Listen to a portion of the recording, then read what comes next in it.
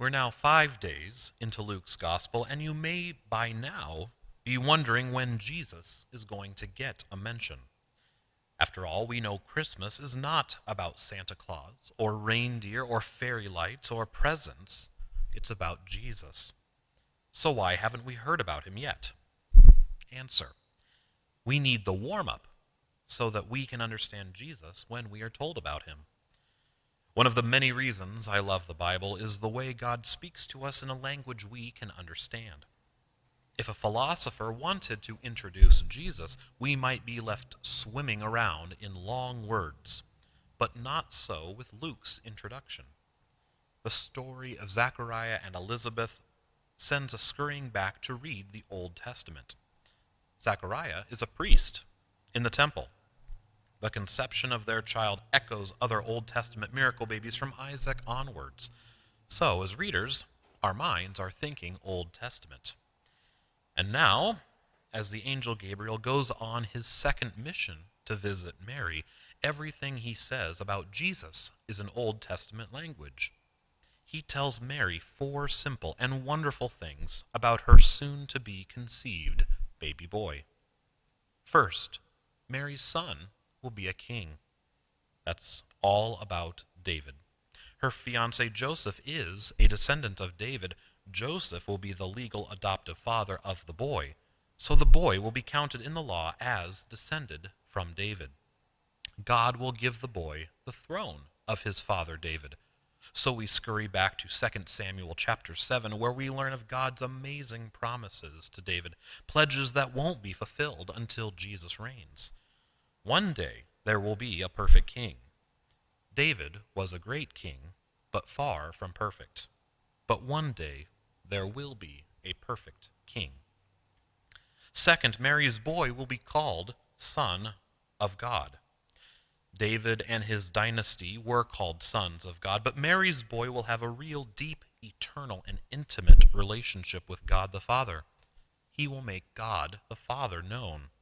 He will love God the Father, and God the Father will love him with an unbreakable love. All our longings for intimacy, security, and love will be fulfilled through this boy, this son. For the first time in human history, someone will love God with heart, mind, soul, and strength.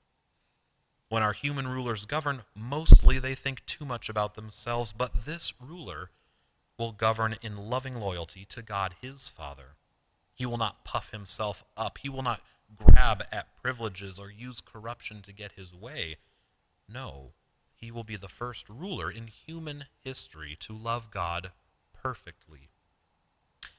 Third, Mary's son will be entrusted with very great power. He will be the Son of the Most High.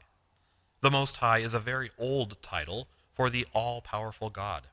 He governs everything in every place. This new king will reign over Jacob's descendants, which means the believing Jews and all the Gentiles who believe in the Messiah and are grafted into the people of God. We worry when a human ruler gets too much power. That's why our wisest systems of government have checks and balances so that nobody wields absolute power. We can't trust them to. Absolute power corrupts absolutely. But for this king, absolute power is just what we want him to have, for he will use it for perfect justice. Fourth, this boy's reign will never end. Our problem is that bad governments go on for too long and good governments don't last. But for this king, his kingdom will never end. When Jesus returns to earth, Mary's boy will be seen as the ruler of the new creation for all eternity.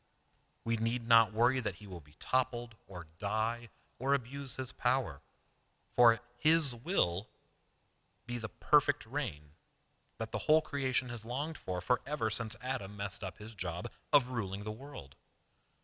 It's not difficult to understand what Gabriel says to Mary.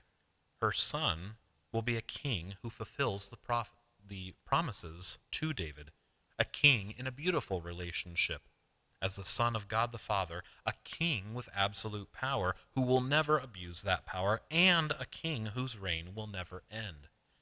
No, it's not hard to understand, but sometimes it's hard to take in the scope of just how wonderful it is. Look at today's news headlines. What frustrates or saddens you about your government or the senior management in your workplace?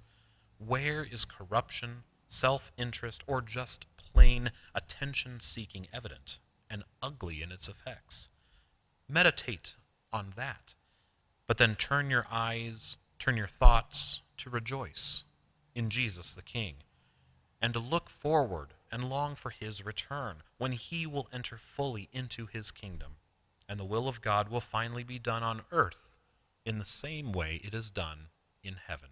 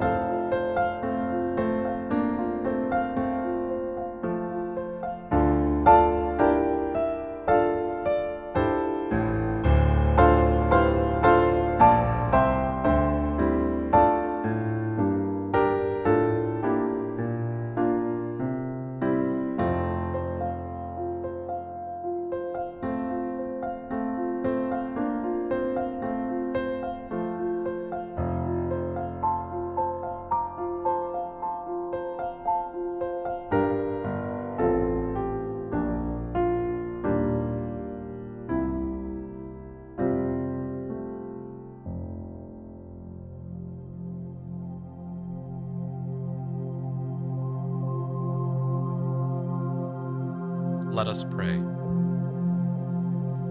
Father God, thank you that Jesus, your Son, is the perfect King in David's line. We praise you that he will wield your almighty power. We rejoice that he loves you as your loyal Son. We are comforted that his reign will never end. As we look beyond Christmas to that future day, we say in our hearts at this Advent time, "Come, Lord Jesus."